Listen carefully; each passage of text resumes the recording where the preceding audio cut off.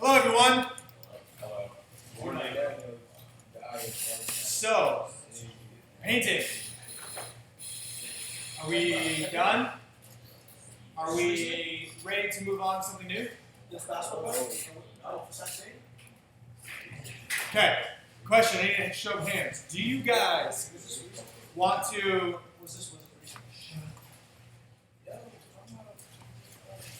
Do you guys want to continue doing painting in Photoshop or do more photoshopping things? So raise your hand for painting. Okay, raise your hand for photoshopping. So we'll do more painting. Okay, so I'm gonna play a little video today while you guys are working because it's Friday and some people are still working. It's actually pretty cool. So I'll play it.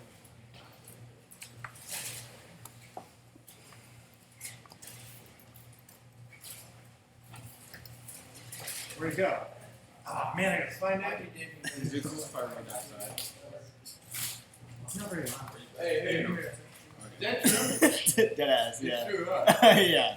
Here, come over here. I knew it was true. I know. Hey, send the screenshot in the chat. Julian sends some shit to me right now. He's probably so mad. I knew that's what happened. I knew he was doing that. Huh? I knew he was doing that. I knew that. Like specifically? Like specifically bribing me with that? Or money. Yeah. No, oh yeah, definitely. So, now that we did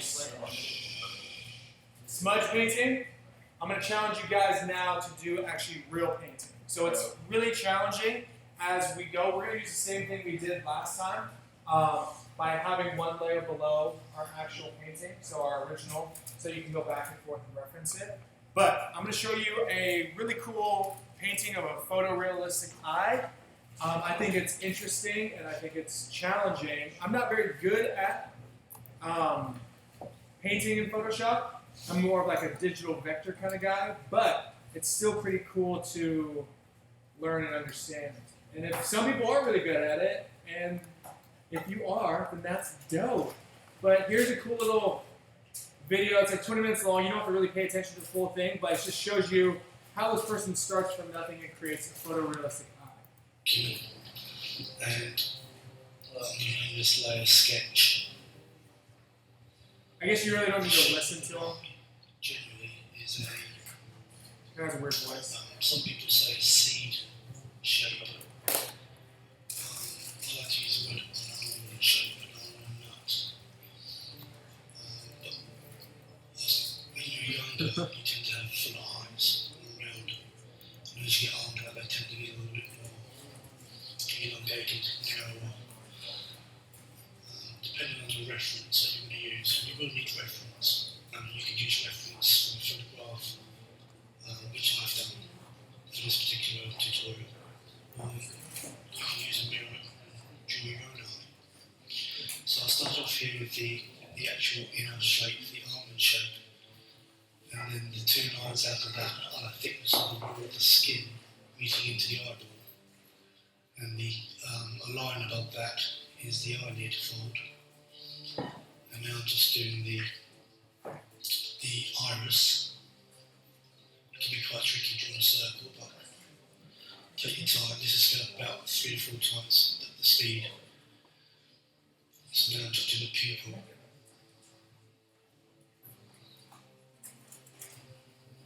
And the eyelashes, all this sketch is all on one layer.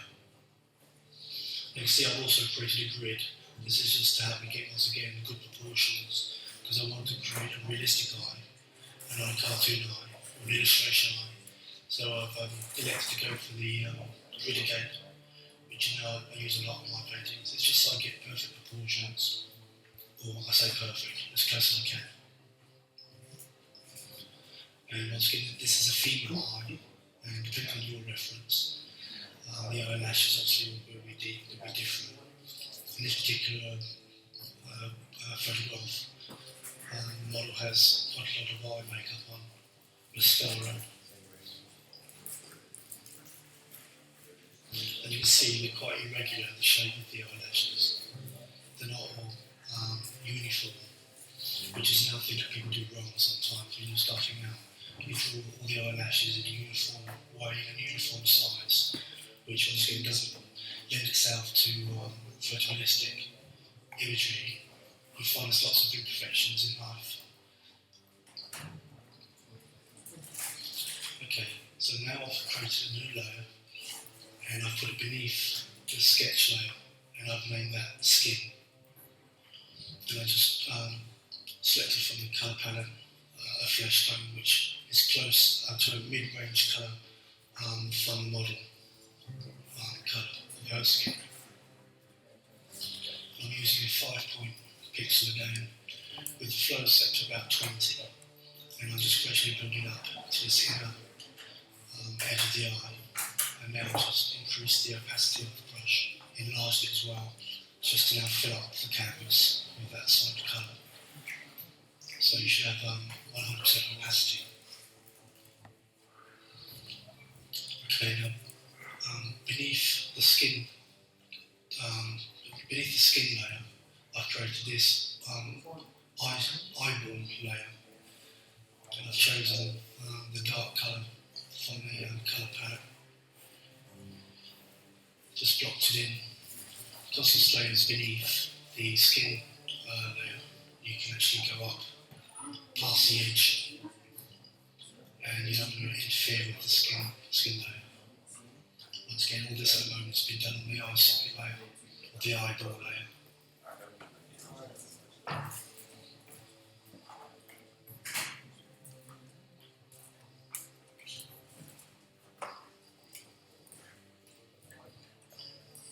Again, I keep moving my eye from the photograph to check the colour, to make sure I'm getting close to it, and I'm choosing it from the colour palette.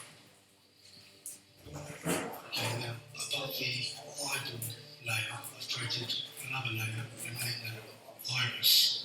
And the iris outer edge generally is a lot darker than the actual colour of the iris. So I'm just going around the outer edge of the iris just to put that darker edge.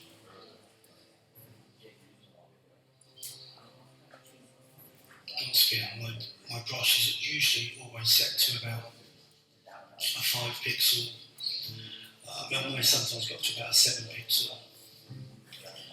Now once again I've dropped down now to the eyeball layer, and I'll just do the tear duct here.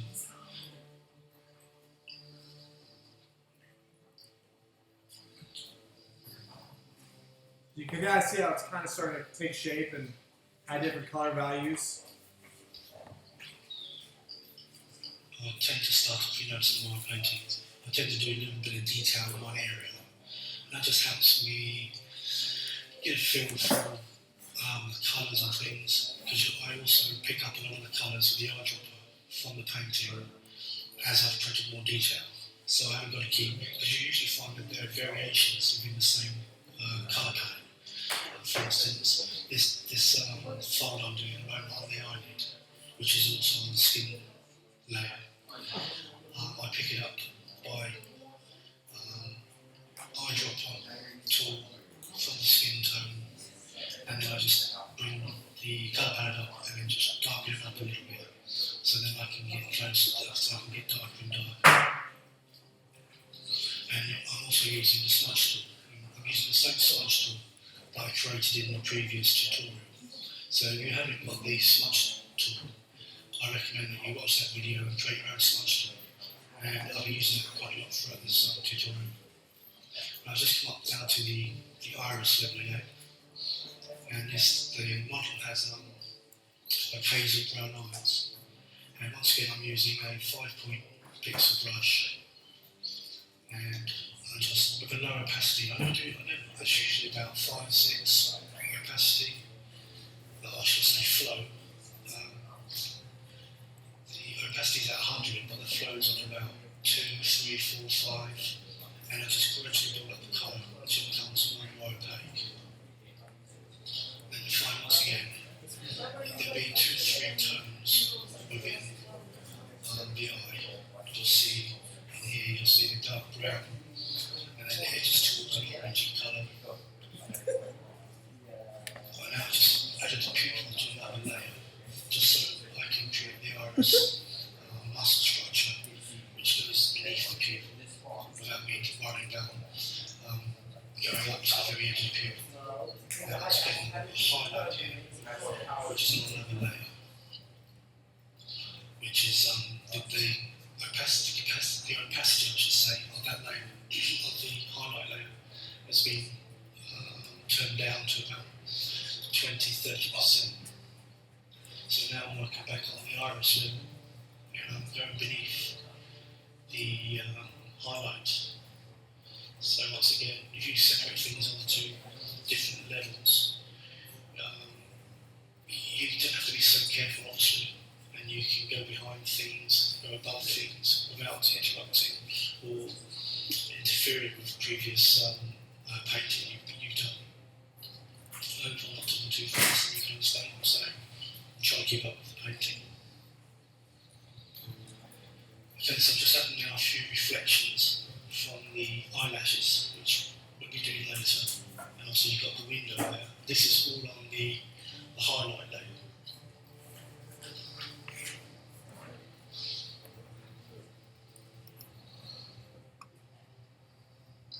So let's go back on the skin layer.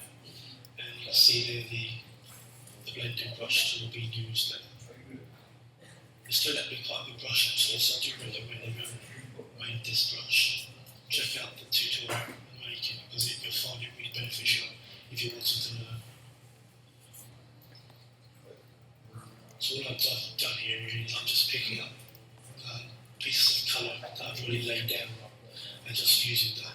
And you can see the colour palette come up once in a while just to make very slight variations to the tone.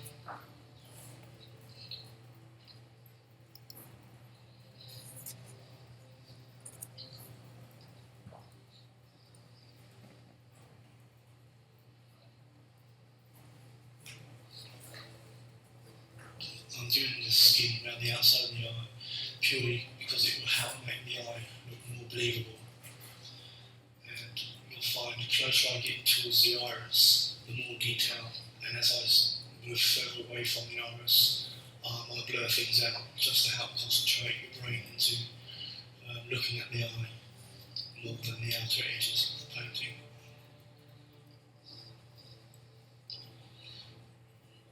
This shading around the outer eye is just to help give form to the eye socket, just to make it believable that there's an eyeball sitting within the skin. So once again, this is done on the skin layer.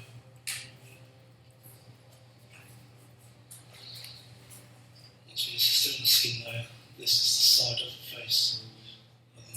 I'm just indicating where the hair would be. Once again, blending it out, or blurring it out with the smudge brush, or blending brush.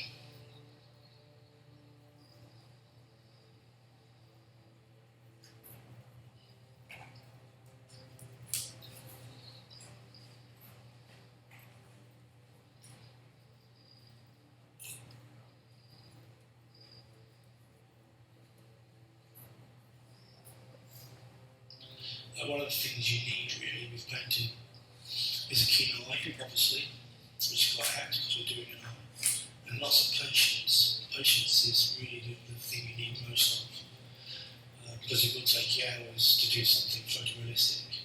You can't just sit there and do it in 20 minutes. I think this took me about 4 to 5 hours. There are people out there who can do it faster. It's not a race. My technique just takes me a little bit longer because I use a very small brush. And what I've done here now, once again, this is still on the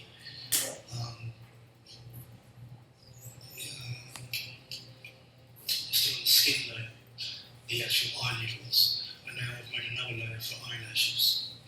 Now the eyelashes, because they've got a lot of makeup on eyeliner, mascara, they don't have to be perfect because with mascara, it tends to clump anyway. And this, I don't normally like using the solid black colour. It doesn't tend to look right in paintings generally, but because the eyeliner, or should I say mascara, is very dark, I'm using it. And I'm going to put a few of the eyelashes out of focus, just to I don't know, give a variation, I suppose, to the actual eyelashes.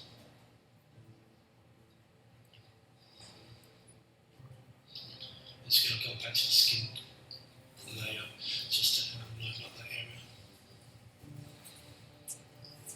So I use a slightly lighter charcoal colour here for the few eyelashes, because I'm going to put those ones out of focus.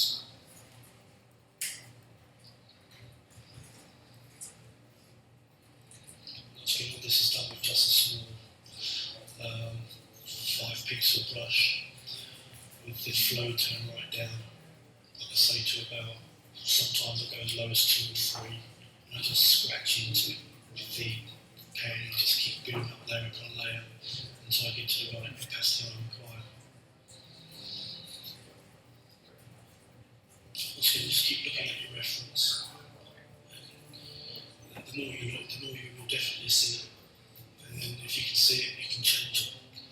I keep saying this to people, that if you can see your mistakes, you can change them. So when you can't see your mistakes, you can't change them, which obviously makes sense.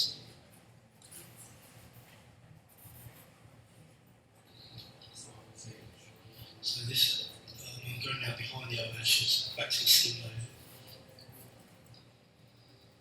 Now I've gone back up to the eyelash layer.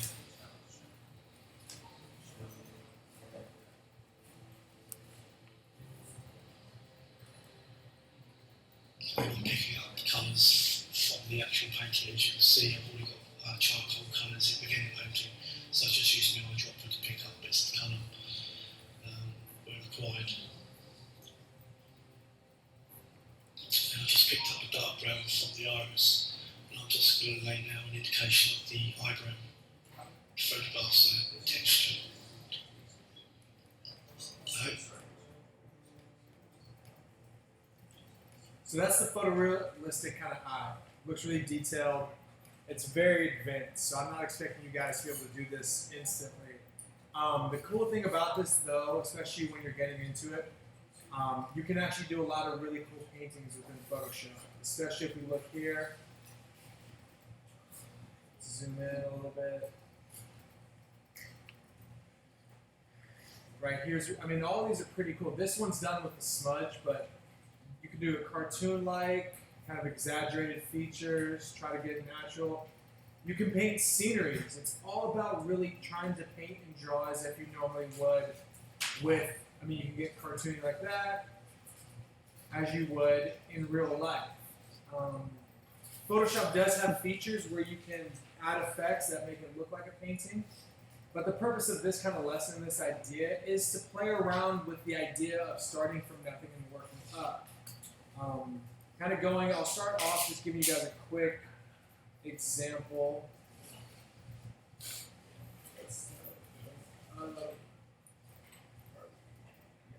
okay.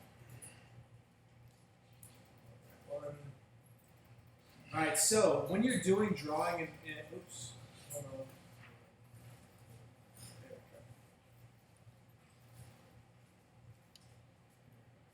Okay, so let's get this to fit my thing. One thing you want to make sure, once you get your layer in, so this is your photo, you want to make sure you don't directly draw or start drawing right here. So if I'm kind of going, I'm making my lines, granted I'm just going really fast. Because if I want to undo it or see what I've done, I can't do it because I'm drawing on this photo.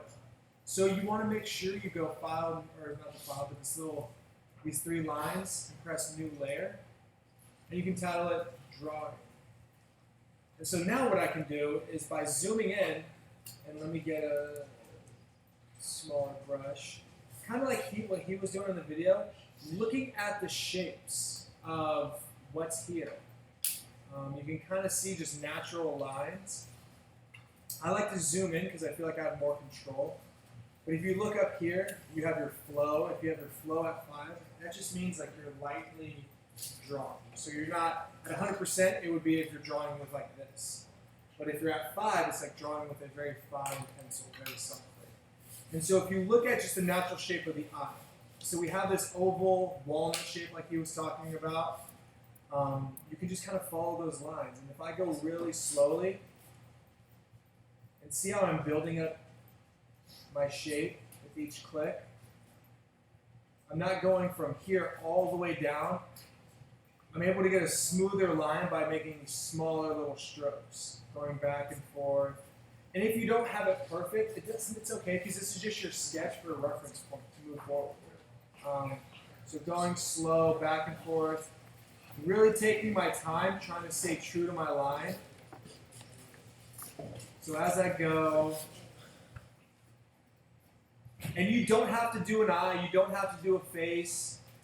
You can do really whatever you like. I chose red as my main color just because it's able to kind of show up as I'm sketching on this.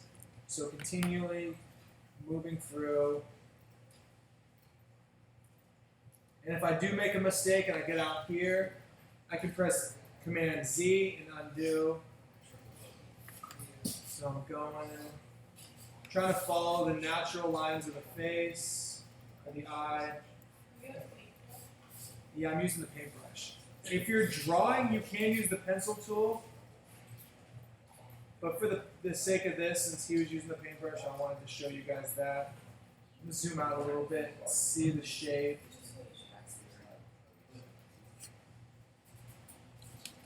And so this is just essentially going to act as an outline for when you're drawing further. So let me go back in so I can get a better line.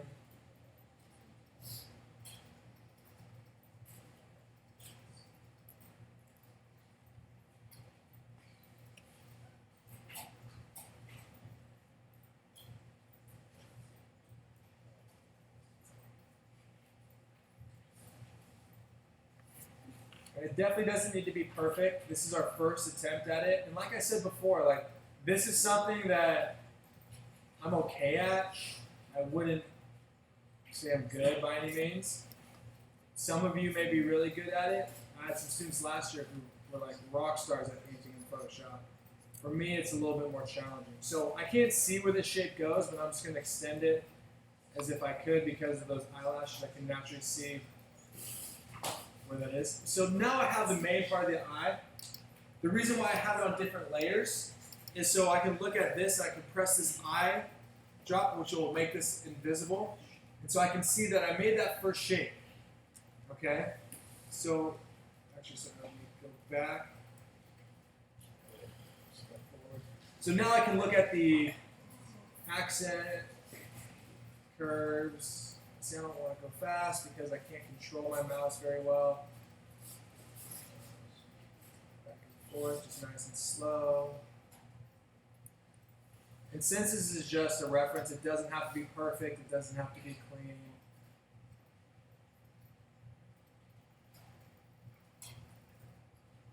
Kind of like I'm sketching. So I have this line that kind of comes here. And this line that goes there. Alright, I have my eye, iris of the eye.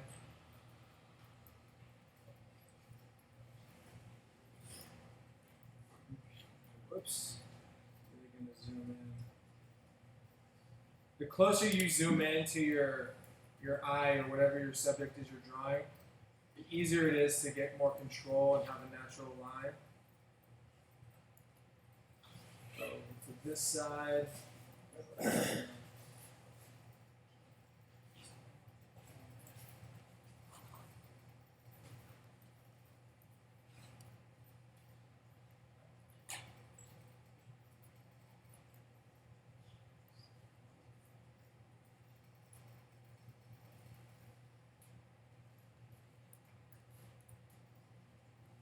So I'll do the little circle right here. Zoom in. And like I said, you don't have to do an eye. You don't have to do a portrait of someone. You could paint a field. It's all about sketching and just kind of figuring out what works best. Alright, so what else do I gotta hit? This line, just so I know the contour. That looks terrible. Zoom in.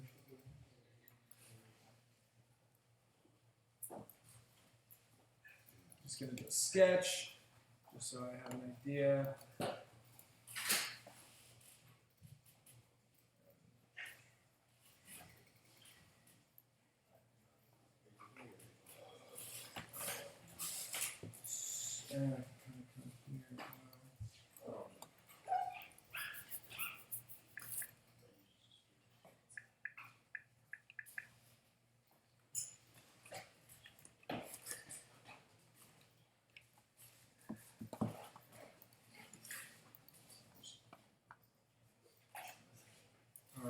So let me see what this looks like now that I have most of the shapes.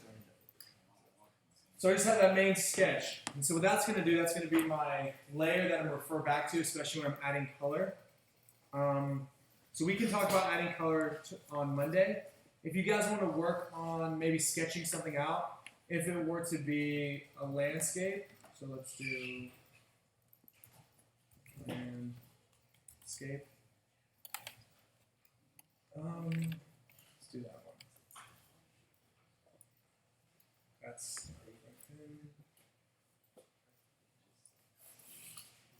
what I would do.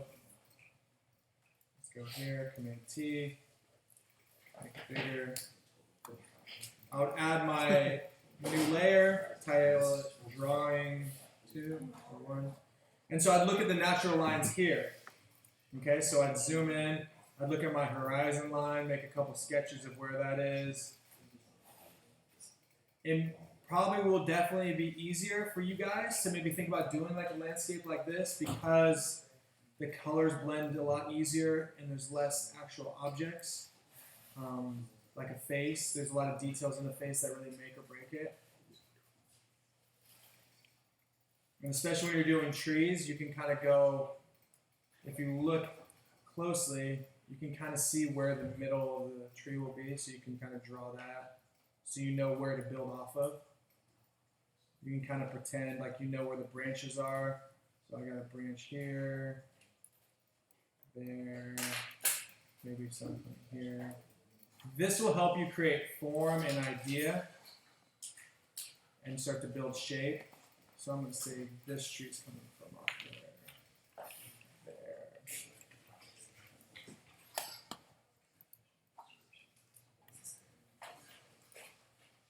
Another tree here. Another tree there.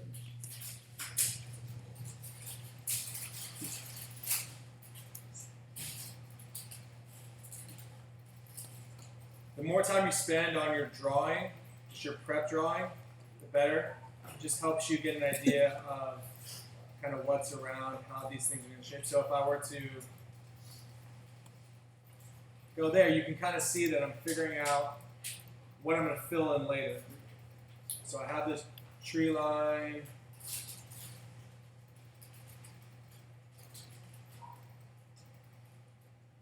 It's just a sketch to give you an idea of where you'll be painting and what your shapes are. Okay? So, if you guys want to, you can start painting, drawing a sketch, create an idea. You can do something very simple. I encourage you guys to start small. Maybe do a tree. Maybe do an eye. Even though eyes are very difficult because they have so many details, try to do one that's simple or small. Okay? Thank you guys for not paying attention. Uh-huh. Yeah, that's what they all say. How's everyone Friday? How's everyone Friday? Good? 2 subs? That's cool. Subs are good.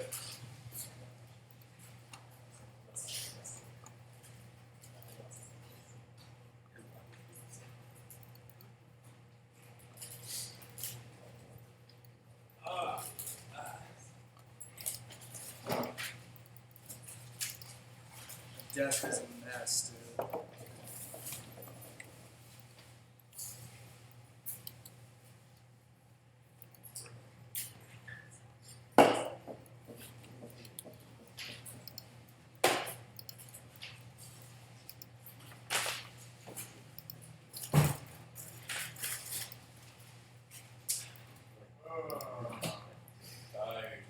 Yeah, it's